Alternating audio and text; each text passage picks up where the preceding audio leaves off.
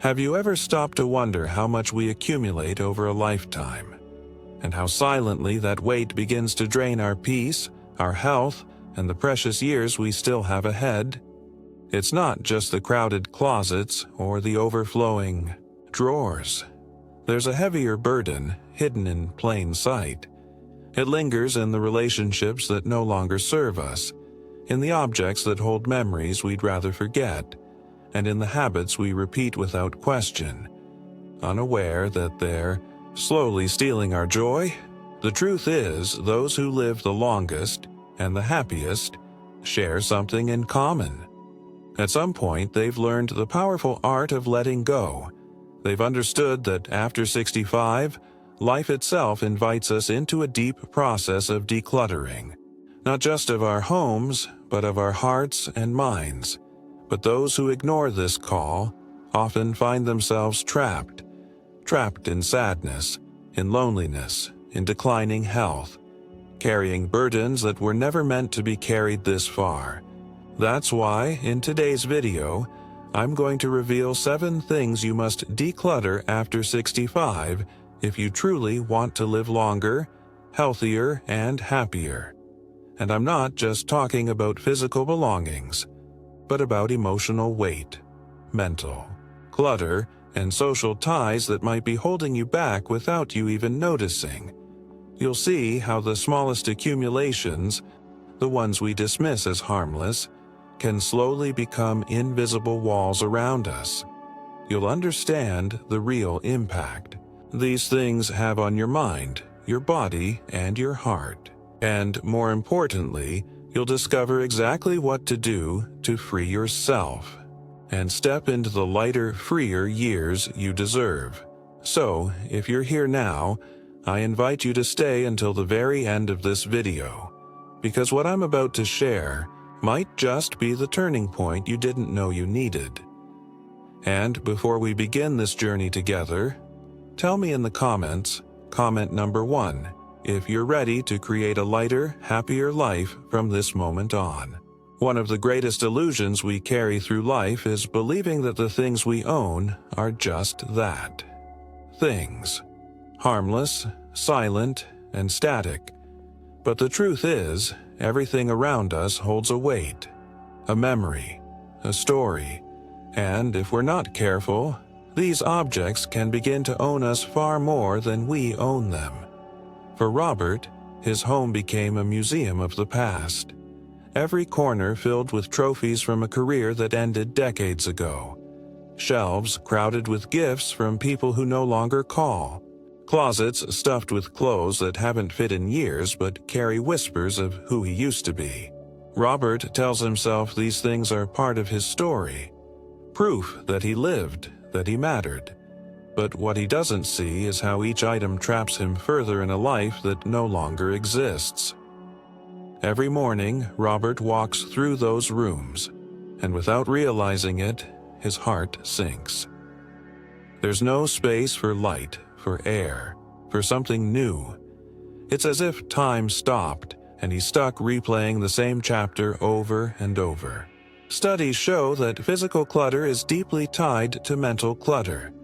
Researchers from Princeton University found that a cluttered environment limits your brain's ability to focus and process information. It creates stress, even if you no longer consciously see the mess. James, however, made a different choice. After losing his wife, he stood in the middle of their home, surrounded by 4 decades of memories, and asked himself one simple question. Does this bring me peace, or does it weigh me down? One by one, he began to let go. The old piano no one played, the boxes of papers untouched for years, even the wedding china, once precious, now just a reminder of dinners that would never return. What James discovered in that process wasn't loss. It was liberation. With every piece he gave away, he felt lighter, freer, more alive. Today, his home breathes. Sunlight pours through the windows. There's room to move, to think, to dream. And strangely enough, what remains, a few photographs, a worn leather chair, a shelf of beloved books, feels more valuable than anything he ever owned. Letting go of possessions isn't about forgetting who you were. It's about creating space for who you are becoming. It's a gift you give yourself, the gift of lightness, of clarity, of peace. So, I ask you, what are you holding on to right now that no longer serves you? What's weighing you down without you even noticing? Few things consume more of our emotional energy than the people we surround ourselves with. Some lift us, inspire us, and remind us that life is worth living, even on the hardest days. Others drain us so slowly we barely notice until the weight becomes unbearable. For Robert, this became his silent prison. After retirement, he found himself holding on to relationships that had long since lost their meaning. Old colleagues who only called when they needed something. Friends who gossiped, complained, and filled every conversation with negativity. But for Robert, letting go felt impossible. After all, these were the people he'd known for years. How could he just walk away? What Robert didn't see is how those connections shaped him. Every bitter conversation, every visit that left him more tired than before, carved lines of resentment into his days. And science backs this up. A study published in the journal PLOS Medicine revealed that people with stronger positive social relationships have a 50% higher chance of living longer, while those trapped in toxic ties face increased risks of heart disease, depression, and even early death. James, however, chose a different path. After his loss, he realized that grief wasn't just about saying goodbye to a loved one. It was also about facing the relationships that no longer fit who he was becoming. Slowly, with intention, James stepped back from those who drained him. He stopped answering calls that left him anxious. He declined invitations that felt more like obligation than joy. In that empty space, something unexpected happened. James found new connections, fewer in number, but richer in depth. People who listened without judgment. Friends who shared. Books, long walks, and quiet conversations about life, loss, and what comes next. He discovered that the quality of company matters far more than the quantity. Letting go of toxic relationships isn't selfish. It's survival. It's the quiet recognition that you deserve to be surrounded by those who nourish your soul, not those who slowly poison it. So I ask you, who in your life truly adds light to your days? And who leaves you feeling heavier every time you speak? There's a silent weight many carry well into their later years, heavier than any box, more suffocating than any cluttered room. It's the weight of unresolved grudges, regrets, and the emotional baggage of a lifetime left unpacked. For Robert, this became a part of his identity. The stories he told weren't just about what he'd lived, but about who had wronged him. An old business partner who betrayed his trust, a sibling he hadn't spoken to in years, even small slights from long-forgotten neighbors still lived rent-free in his mind. And every time those memories resurfaced, so did the anger, the bitterness, the quiet resentment that hardened his heart. What Robert didn't know is that holding on to these grudges wasn't protecting him. It was slowly poisoning him. Studies from the Mayo Clinic show that chronic anger and unresolved resentment are directly linked to higher risks of heart disease, high blood pressure, and weakened immune systems. The body keeps score, and it pays the price for every grudge we refuse to release. James, too, had his share of regrets, words he wished he hadn't said, people he wished he'd treated differently. But somewhere along the way, James made a decision that changed everything. He chose to forgive, not for them, but for himself. He began writing letters he never intended to send, pouring out the anger, the sadness, the disappointment. He sat quietly with his regrets, not running from them, but facing them head-on. And with time, something remarkable happened. The memories remained, but the pain lost its grip. The anger faded, replaced by a quiet acceptance of life's imperfections. James learned what so many never do, that forgiveness is not a gift to those who hurt us. It's a gift we give ourselves, a release, a clearing of space inside our hearts so that what's left can finally breathe again. Today, James walks lighter. He smiles more. There's a calm in his eyes that only comes from someone who has made peace with the past. And Robert, he still wonders why his chest feels heavy every morning, why sleep is restless, why happiness seems just out of reach, all while clinging to memories that continue to wound him. So I ask you now, what are you still carrying that no longer deserves a place in your heart? There comes a moment in life when the very habits and beliefs that once carried us forward start holding us back. Yet too many refuse to see it. They cling to routines forged in youth, as if time hadn't changed the rules of the game. Robert is one of them. For years, he believed that slowing down was just part of aging, that aches, fatigue, and forgetfulness were inevitable. Exercise? That was for the young. Nutrition? He'd earned the right to eat whatever he pleased. At my age, he'd say, what difference does it make now? And so his days fell into a quiet, dangerous rhythm. Meals heavy with salt and sugar. Long hours spent sitting, television flickering in the background.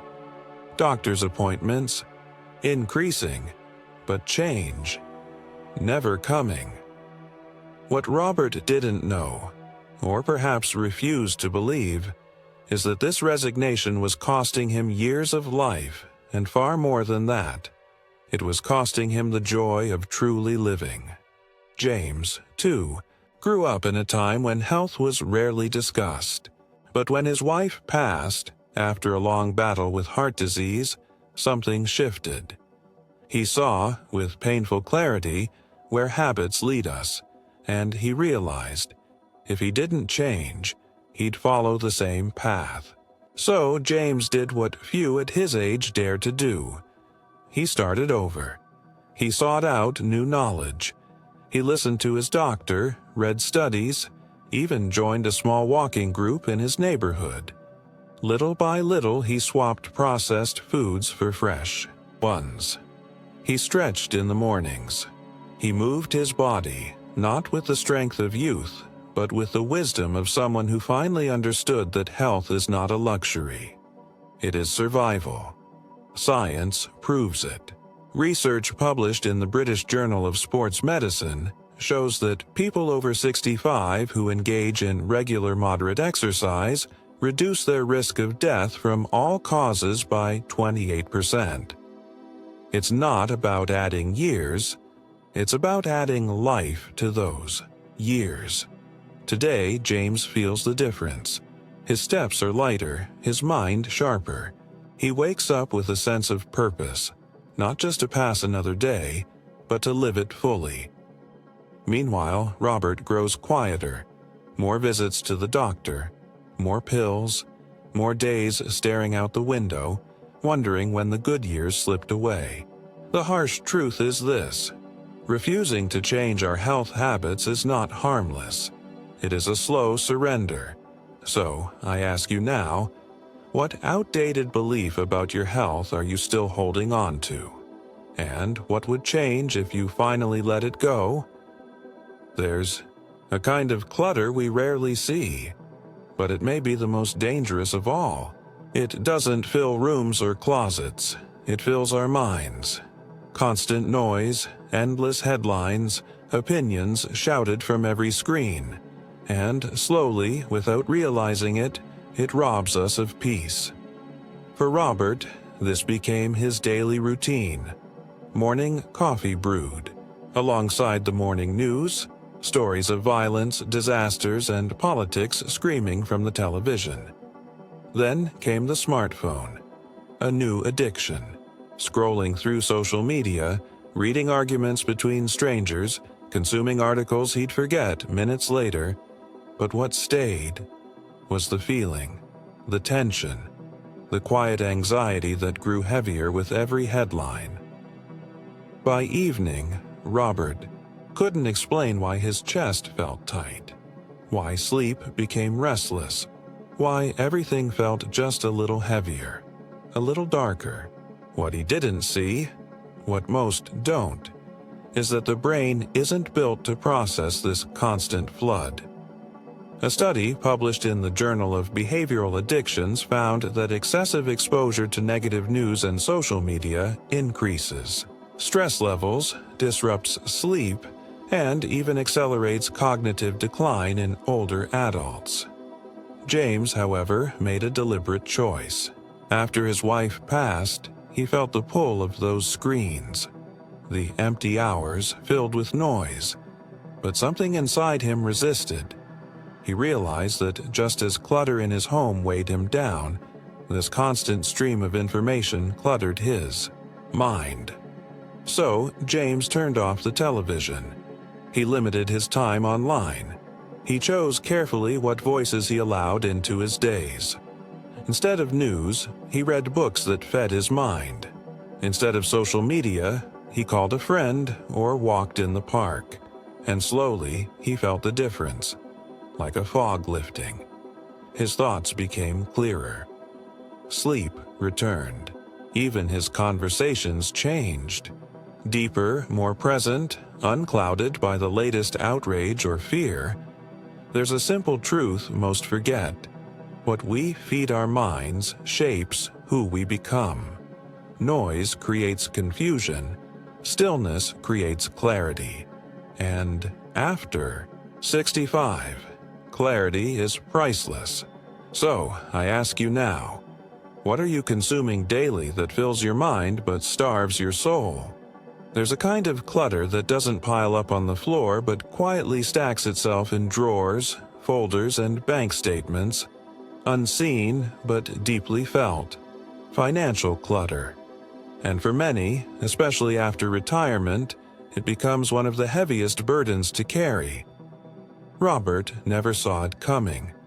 For most of his life, he managed his money with ease, the steady rhythm of paychecks and bills. But retirement changed the tempo. Slowly, the small things began to pile up. A magazine subscription he hadn't read in years, a gym membership he never used, streaming services, automatic payments, insurance plans he no longer understood. The bills kept arriving, but Robert stopped paying attention. "It's just $20, he'd say. "What difference does it make?" What he didn't realize was that every unnoticed expense, every forgotten subscription, became another leak, draining not just his bank account but his peace of mind. Research from the National Council on Aging shows that financial stress is one of the leading causes of anxiety and depression among older adults. And it's not just about money. It's about the loss of control, the quiet fear of not knowing where you truly stand. James once again chose a different path. After downsizing his home, he sat down with a notebook and did what most avoid. He faced his finances line by line. He canceled what no longer served him. He simplified his accounts, consolidated where he could. He learned, perhaps for the first time, that financial clarity is a form of emotional freedom. Today, James knows exactly what he owns, what he spends, and what he needs. There are no surprise charges, no creeping worries at the end of the month. And more than that, there's a quiet pride in knowing he's no longer ruled by papers and payments. Meanwhile, Robert feels it every time he opens his mailbox. The unopened envelopes stacking up. The quiet dread he can't quite name. Because here's the truth no one talks about. Cluttering your finances clutters your mind. And after 65, peace of mind is worth more than anything money can buy. So, I ask you now, when was the last time you truly looked at where your money is going? There is a weight heavier than possessions, relationships, or even regrets. The fear of change. The quiet, creeping belief that after a certain age, change is no longer possible. Or worse, no longer worth it. For Robert, this fear became his shadow. Every suggestion from his doctor, every invitation to try something new was met with the same reply. What's the point now? Behind those words was a deep, unspoken terror. Fear of failing. Fear of looking foolish. Fear of losing the little ground he believed he still held. And so, he chose the familiar. The same chair by the same window, the same food, the same routine. Days became predictable, safe, but suffocating. What Robert didn't understand is that clinging to sameness is its own kind of death. Studies from the American Psychological Association show that resistance to change is linked to higher rates of depression and cognitive decline in older adults. The brain, like the body, atrophies without movement. James saw it differently. He felt the same fear. Of course he did. Starting over after 70? It terrified him. But James understood one simple truth. Fear was not a sign to stop. It was a sign of where he needed to go. He took small steps. A new route for his morning walk. A community class on something he'd never tried. Painting. The first brushstroke felt clumsy, embarrassing even. But he kept going. And in that tiny, trembling act of courage, James found something Robert never would. The thrill of being alive, even at 74. Because the secret is this. Life after 65 is not meant to be a slow retreat. It's a new frontier, if we dare to step into it. Change keeps us growing. It keeps us curious. It reminds us that we are not done yet. Robert, frozen in fear, waits for the world to come to him. James, despite his age, keeps walking toward it. And now, I ask, you, what have you been too afraid to change? What is waiting on the other side of that fear if you finally take the first step? As you've seen through the stories of James and Robert, the things we carry, both seen and unseen, shape the life we live after 65 far more than most of us ever realize. It's not the passing of time that weighs us down. It's what we refuse to release along the way. James chose the harder path, not because he was braver, but because he understood that holding on was no longer an option. He let go of possessions heavy with memories, relationships that no longer served him, and regrets that threatened to anchor him to the past. He questioned his old habits, cleared the noise from his mind, faced his finances, and, perhaps most, courageously stepped into the unknown with open hands. And what did he find there? Peace, lightness, a version of himself still capable of wonder, of change, of deep, lasting joy. Robert, like so many, did what felt safer. He held on. 2. The objects, the people, the stories, and the fears. All of it. He clung to a past that no longer fit, and in doing so, he slowly dimmed the light of his own future. But here's what matters most. You have a choice. Right now. No matter your age, your past, or what you've carried until this moment, you can decide what stays and what no longer deserves space in the years you have left. Because longevity is not just about breathing longer, it's about living lighter. It's about clearing the path so that, in the years to come, there's still room for laughter, for love, for new memories that haven't been made yet. So, I leave you with this question. What are you ready to release today? What weight have you carried for too long?